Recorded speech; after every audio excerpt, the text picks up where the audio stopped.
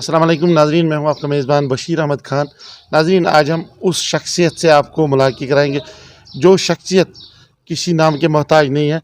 जो मैं उनके सामने कुछ हिचकिचाता हूं इसलिए क्योंकि वो ऐसी शख्सियत है जिन्होंने हज़ारों तालिब इल्म को पढ़ाया है।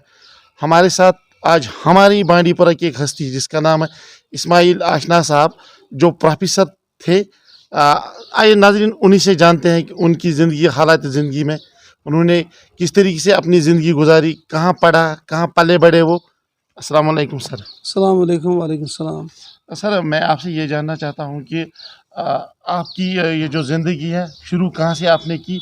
आपने हाई स्कूलिंग कहाँ से की सर? बचपन वैसे ही गुज़रा जैसे दूसरे गरीब बच्चों की का बचपन गुज़रता है। माँ बाप बहुत ही अच्छे फ़कीर तबीयत के लोग, जिन्होंने पाला पोसा, किसी चीज़ की कमी नहीं रखी। इस बात के बावजूद भी कि हम ज़्यादा अमीर नहीं थे और बहुत ज़्यादा गरीब भी नहीं थे। ज़िंदगी गुज़रती थी और अच्छी तरह गुज़रती थी, दरमियाना अंदाज में गुज़रती थी। तो जो वालिदैन का कंट्रीब्यूशन रहा मेरी लाइफ में, उसके लिए मेरे पास कोई अल्फाज नहीं है कि मैं बयां कर सकूं।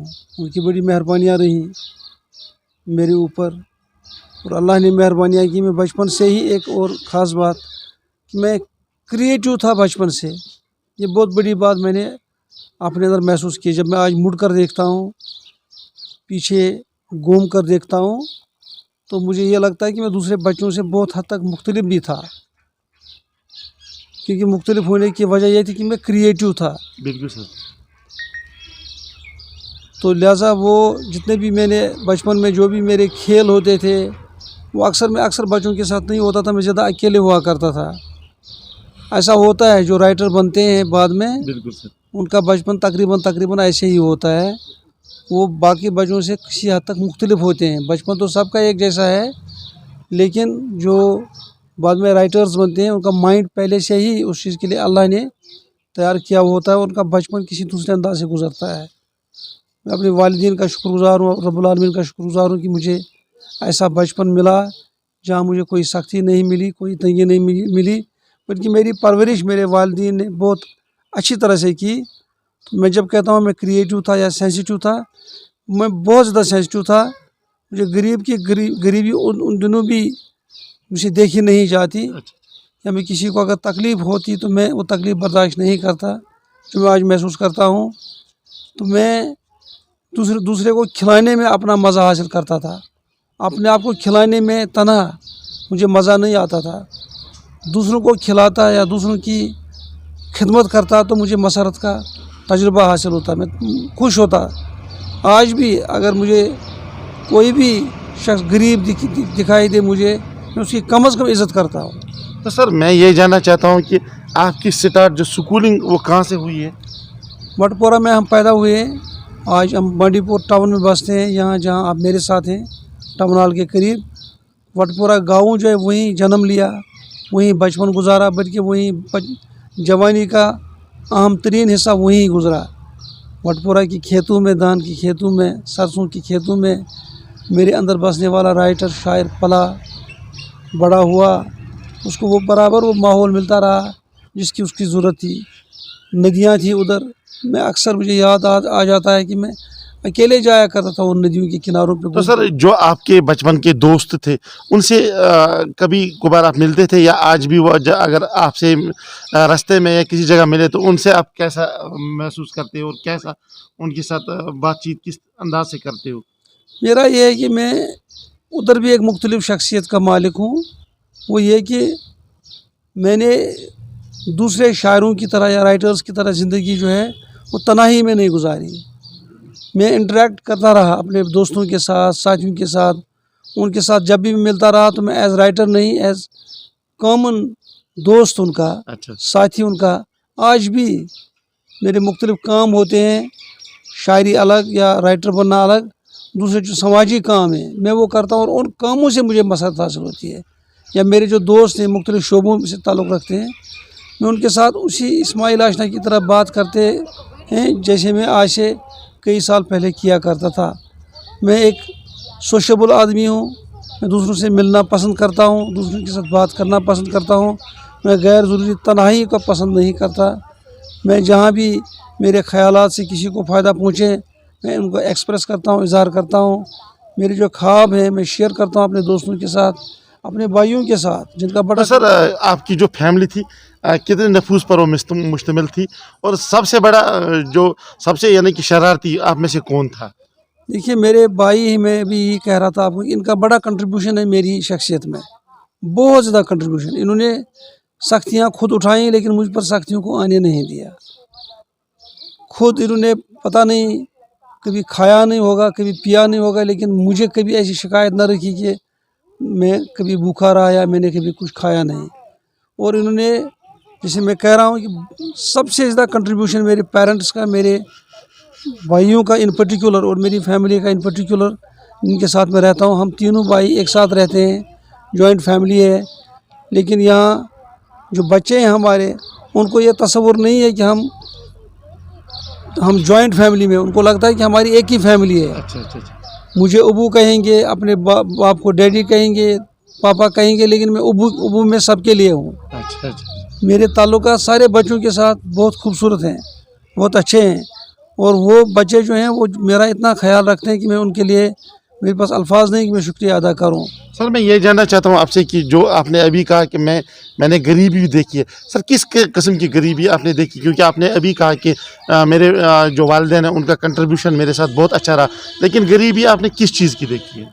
कि अगर आप आज से 30 साल पहले, 40 साल पहले पीछे चलेंगे तो जिस तरह आज आप लोगों में रुपये देखते हैं ना, दौलत जो लोगों के पास है वो नहीं थी।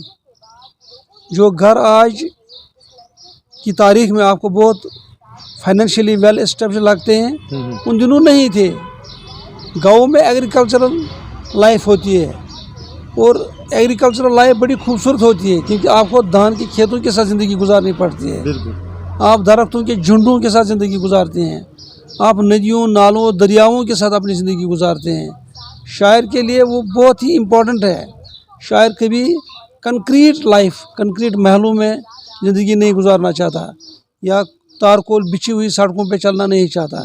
शायद तबीयतन उन्हीं रास्तों पे चलता है जहाँ सब्ज़ा उगा हो, उन्हीं नदी के किनारों पे चलता है जो नदी के किनारे उसकी बात महसूस करें, या जिनका बहाव ये शायर महसूस करता है। वो परवरिश मुझे वटपोरा में अल्लाह ने की, फितरत ने की। फितरत खुद अपनी, मुझे वर्ड्सवर्थ याद आता है, अंग्रेज़ी का अजीम शायर, तो क्योंकि उसको पोइट ऑफ नेचर भी कहते हैं। लेकिन पोइट ऑफ नेचर इसलिए भी होगी, इसलिए नहीं है कि वो उसने दरियाओं की तारीफ़ किया, आसमान की तारीफ़ किया, हवाओं की तारीफ़ की, इसलिए भी कि वो जो नेचर, कुदरत के उसूल, उन्होंने वर्ड्सवर्थ का ख्याल रखा। वैसे ही कुदरत ने मेरी परवरिश की, कुदरत ने मुझे आगे बढ़ा दिया, कुदरत के साये में मैं पला बढ़ा। वही वजह है कि मैं बहुत सेंसिटिव रहा, वही वजह है कि मैं अच्छे उसूल कायम करते हुए चला आगे। लेकिन उसमें सबसे बड़ा कंट्रीब्यूशन है अल्लाह का और कुदरत के उसूलों का। जैसे वर्ड्सवर्थ की बात मैंने आपको बता दी कि वो उसकी शायरी जब आप पढ़ेंगे, और निचोड़ ये है कि वर्ड्सवर्थ की नेचर ने, कुदरत ने, अल्लामा इकबाल की कुदरत ने बज़ाहिर खुद उनकी रहनुमाई की, उनका ख्याल रखा। ऐसा कुरान अगर आप पढ़ते होंगे, गहराई से पढ़ेंगे आप, संजीदगी से पढ़ेंगे आप, तो आपको लगेगा कि अल्लाह आपकी रखवाली कर रहा है। एक एक मिनट में, एक एक सेकंड में अल्लाह आपके साथ है, और आपकी परवरिश खुद अल्लाह करता है, अच्छे रास्तों पे चलाता है। मैं बड़ा खुशनसीब हूँ कि बचपन से ही मेरा सबसे बड़ा ताल्लुक़ अल्लाह के साथ रहा। मैंने हर बार अल्लाह को पुकारता रहा और आज भी पुकारता हूँ। तो सबसे बड़ी खुशी मुझे होती है इन बातों के साथ कि जब मैं कुरान पढ़ता हूँ। कुरान से मेरा इतना बड़ा लगाव बढ़ा है कि मुझे और किसी चीज़ के साथ उतना लगाव नहीं है। मैं पढ़ना चाहता हूँ कुरान दिन में 10 बार। और अब मोबाइल आए हैं, इस पर चैनल्स आए हैं, कुरान चैनल्स, तर्जमे के साथ, तफसीर के साथ। मैं अपने आप को बड़ा खुशनसीब मानता हूँ कि मुझे ये फैसिलिटी अवेलेबल हुई कि मैं दिन में अगर 2 बार, 3 बार, 10 बार भी सूरह रहमान पढ़ना चाहूँ, सुनना चाहूँ, अपने जहन में उतारना चाहूँ, अपनी रूह की गहराइयों में उतारना चाहूँ, तो ऐसा मेरे लिए मुमकिन है। सर मैं ये भी जानना चाहता हूँ आपसे कि जो पुरानी वाली ज़िंदगी है और आजकल की ज़िंदगी है, सर आपने इन दो में फ़र्क कैसे महसूस किया और किस तरीके से बयान कीजिए देखिए, जो आज से 40 साल पहले की ज़िंदगी थी वो एग्रीकल्चरल लाइफ थी। मैंने एक हिस्ट्री पढ़ी है इंग्लैंड की, history of agriculture in England. उस राइटर ने एक बड़ी खूबसूरत बात कही कि इंडस्ट्रियल रेवोल्यूशन से पहले, यानी 17th century, 16th century, 15th century, अभी टेक्नोलॉजी नहीं आई थी। अभी इंग्लैंड की सबसे बड़ी जो ज़िंदगी गुजारने का जो सरमाया हासिल होता था वो एग्रीकल्चर से होता था। एग्रीकल्चर जो ज़िम्मेदारी है ना, ज़िम्मेदारी ये हमें महसूस करना पड़ेगा। वो सिर्फ कोई काम नहीं है, वो पैशन है, वो रोज़गार ही नहीं है, बल्कि वो रूह को देने वाली खुशी का नाम है, मसरत का नाम है। तो उस राइटर ने लिखा उधर कि जब इंग्लैंड में इंडस्ट्रियल रिवोल्यूशन आ गया तो अब हमारे बच्चे मैदानों में नहीं खेलते, कि मैदान अवेलेबल नहीं है। अब वो तार कोल की जलती हुई सड़कों पे अपना बचपन बसर करते हैं। इन्हें खूबसूरती से निकाला टेक्नोलॉजी ने इसको, इस इंसान को, और बदसूरती में इसे लाया। वही मैं आपसे कहूँगा, ये लाइफ जो आज की बदसूरत है और जो आज से 30 साल पहले, 40 साल पहले ज़िंदगी थी, एग्रीकल्चर ज़िंदगी, ज़राअत की ज़िंदगी जो थी, वो बहुत बढ़िया थी, बहुत अच्छी थी, क्योंकि उसका ताल्लुक़ मेरी रूह के साथ था। सड़क के साथ आपकी रूह का कोई ताल्लुक़ नहीं है। जहन का ताल्लुक़ तो हो सकता है, सरमाए का ताल्लुक़ जहन के साथ हो सकता है, रूह के साथ नहीं होता। उसके बरक्स जब मैं आज भी वटपोरा जाता हूँ, जब मैं उस नदी के किनारे चलता हूँ, तो वो सारी यादें मुझे याद दिलाती है। और उस वक्त मेरा दिमाग ही नहीं बात करता है, उस वक्त मेरी रूह की गहराइयाँ बात करती हैं। धान के खेतों के साथ जो वक्त गुजरा वो मेरी रूह का वक्त गुजरा। नदियों नालों के साथ वक्त गुजरा तो वो मेरी रूह के साथ गुजरा। यतीम बच्चों के आंसुओं को पहुँचने का जो मेरा तरीक़ाकार रहा है, अल्लामा इकबाल की तरह हो मेरा काम, गरीबों की हिमायत करना, दर्दमंदों से, ज़ईफ़ों से मोहब्बत करना। आप यकीन करें कि बचपन से मेरा ताल्लुक़ ये था, मेरा तस्वुर ये था। दूसरा आदमी किसी बड़े होटल में ज़ियाफ़त खाएगा और बड़ा मज़ा हासिल करेगा, लेकिन मैं अगर वो 1000 रुपये किसी गरीब पे खर्च करूं, किसी यतीम के आंसू पोंछने में खर्च करूं, तो मुझे 5 स्टार होटल में वो मज़ा नहीं आता जितना मुझे किसी यतीम का आंसू पोंछने में मज़ा हासिल होता है। तो सर, अगर हम ये जो आजकल के जो प्रोफेसर साहिबान हैं, या हम आपसे उन्हें कंपेयर नहीं करते, उनके दिमाग में और आपके दिमाग में जो अपने अपने ख्यालात हर एक इंसान को होता है, लेकिन आपके ख्यालात जो वो डिफरेंट है, वजह क्या है? डिफरेंट ख्यालात क्यों है आपके? देखिए, मैंने ये कहा आपसे अभी कि सबसे बड़ा गिफ्ट जो अल्लाह का है वो क्रिएटिविटी है। बिल्कुल। इंसान को उसने नाइब बनाया, अशरफुल मखलूकात बनाया। और समाज में जो सबसे ज़्यादा जी हिस्स होता है, सेंसिटिव होता है, वो ये राइटर होता है। अगर आप जी हिस्स नहीं, अगर आप सेंसिटिव नहीं, आप राइटर नहीं बन सकते। राइटर क्या होता है? राइटर होता है दूसरों का दुख दर्द लिखने वाला। और वो कब लिखेगा वो दुख दर्द? जब वो महसूस करेगा। जितनी ज़्यादा किसी इंसान के पास महसूस करने की सलाहियत हो, उतना ही ज़्यादा वो अच्छा राइटर हो सकता है, अच्छा शायर हो सकता है। तो मैंने, जो मेरे दोस्त रहे जिनके बारे में आप पूछते हैं, कुदरत अपने ढंग से हर एक को बनाता है। बिल्कुल। हर एक को अपनी अपनी ये फैसिलिटीज़ देता है, कैपेबिलिटीज़ देता है। ये अल्लाह का काम है। किसी को कम, किसी को ज़्यादा, ये भी उसी का काम है। मुझे मेरे अल्लाह ने क्रिएटिविटी दे दी, जो मैंने आपसे कहा, ये तख्लीक करने की सलाहियत अल्लाह ने मुझे दे दी, और मैं उसका शुक्रगुज़ार हूँ। वो चीज़ मुझे दूसरों से मुख्तलिफ बना देती है, लेकिन उस तख्लीकियत में मेरा कोई कंट्रीब्यूशन नहीं है, वो अल्लाह का बनाना है। वो अल्लाह ने मुझे वो तख्लीकी सलाहियत दे दी है, और मैं उसी की मदद से उसका इस्तेमाल करता हूँ। बाकी जो मेरे दूसरे साथी, वो अपने अपने शोबों, ज़िंदगी के शोबों में ठीक ढंग से आगे बढ़ रहे हैं। ये और बात है कि मैं ज़्यादा उन शोबों में नहीं हूँ, मैं किसी और शोबे में, उसमें तालीम से वाबस्ता रहा, और तालीम से वाबस्ता मैं किसी प्रोफेशन की वजह से ही नहीं रहा। मैं तालीमी प्रोग्राम मेरे दिल की एक दास्तान है, मेरी दिल की एक पुकार है, मेरी दिल की एक ज़रूरत है। उसका कोई ताल्लुक़ पैसे से नहीं है, उसका कोई ताल्लुक़ सरमायाकारी से नहीं है, उसका कोई ताल्लुक़ जीतने से या हारने से नहीं है। मैंने अक्सर इन्हें कहा होगा, जो इदारों के चेयरमैन है मेरे भाई रमज़ान साहब, मैंने इन्हें अक्सर कहा है कि 5 कनाल 10 कनाल ज़मीन बेच दो, फैसिलिटीज़ क्रिएट करो बच्चों के लिए, ताकि बांडीपुर के बच्चों को ये लगे कि अगर श्रीनगर के बच्चों को ये फैसिलिटीज़ अवेलेबल हैं, हमें भी होनी चाहिए। मुझे याद है पहले इन्होंने मुझसे कहा कि आप कहते हैं गाड़ियाँ लाओ, कि मैं चाहता था हमारे स्कूलों में चूटी मुला के बच्चे आ जाएं, बिल्कुल कैथसन के बच्चे आ जाएं, दुबन के बच्चे आ जाएं, अरागाम के बच्चे आ जाएं, हर गाँव के बच्चे आ जाएं। क्योंकि मैं ये चाहता, उसका मकसद मेरा ये था कि अगर हमने इंसानों को बनाया, अगर हमने बच्चों की परवरिश की, तो वो सबसे बड़ा कंट्रीब्यूशन होगा, वही असली दौलत होगी। चेयरमैन साहब ने मुझे कभी कहा कि जो पैसा हम गाड़ियों में लगाते हैं, इनके तेल पर लगाते हैं, इनकी मेंटेनेंस पर लगाते हैं, अगर ये पैसा मैं बाज़ार में दुकान खरीदूं तो मैं 10 दुकानें खरीद सकता हूं, जो करोड़ों रुपए का सरमाया बन जाएगा। मैंने इनसे उस वक्त भी कहा, मैंने कहा जब चूटी मुला का एक बच्चा यहाँ बनेगा, समझ लेना कि आपने ह्यूमन रिसोर्स पे अपना पैसा इन्वेस्ट किया, और जो वो दौलत होती है, अगर गुजर का एक बच्चा, गरीब का एक बच्चा यहाँ से पढ़कर अच्छी तरह से निकला, समझ लेना कि आपके पास 5 स्टार होटल भी हैं और बाज़ार भी हैं। अगर वही काम हमने नहीं किया जो अल्लाह के लिए करना है, जो अल्लाह को पसंद है, तो फिर हम कुछ भी नहीं है। मुझे याद है कुरान पाक में अल्लाह ताला बार बार कहता है, ये आपको भी मैं बता दूं, वो ये कि दुनिया मत मांगो, मांगना है तो आखिरत मांगो। अगर आप दुनिया मांगते हैं तो मैं दुनिया दे दूंगा, लेकिन आखिरत में आपको हिस्सा नहीं दूंगा। ये एक बहुत बड़ी बात है जो मुसलमानों को समझनी चाहिए कि कुरान का तकाज़ा क्या है, तालीम का तकाज़ा क्या है। ये है कि जो आप करो दूसरों के लिए करो, अल्लाह की रज़ा के लिए करो। ज़िंदगी का मकसद ये है ना, ज़िंदगी का मकसद ये नहीं कि आपके कितने मकान 5 स्टार होटल्स कितने हैं आपके पास, नहीं, ये कोई मसला नहीं है। मसला ये है कि क्या अल्लाह आपसे खुश है, क्या अल्लाह आपको मग़फ़िरत देता है। ज़िंदगी में अगर आपको मग़फ़िरत की सर्टिफिकेट मिल जाए अल्लाह से, तो आप सबसे खुशकिस्मत आदमी हैं, लिख कर रखना। अगर ऐसा नहीं हुआ, आपके पास बड़े बड़े मकान हैं, जागीरें हैं, बैंक बैलेंसेस हैं, लेकिन अल्लाह खुश नहीं है, मग़फ़िरत नहीं है, समझ लेना आप सबसे बड़े बदकिस्मत आदमी हैं। खुशकिस्मत वही है जो बचपन से ही एक अच्छे रास्ते पे चला। मैंने जैसे कहा ना कि मेरे भाइयों की परवरिश खुद कुदरत ने की, खुद अल्लाह ने की, तभी जाके मेरी बात समझते हैं।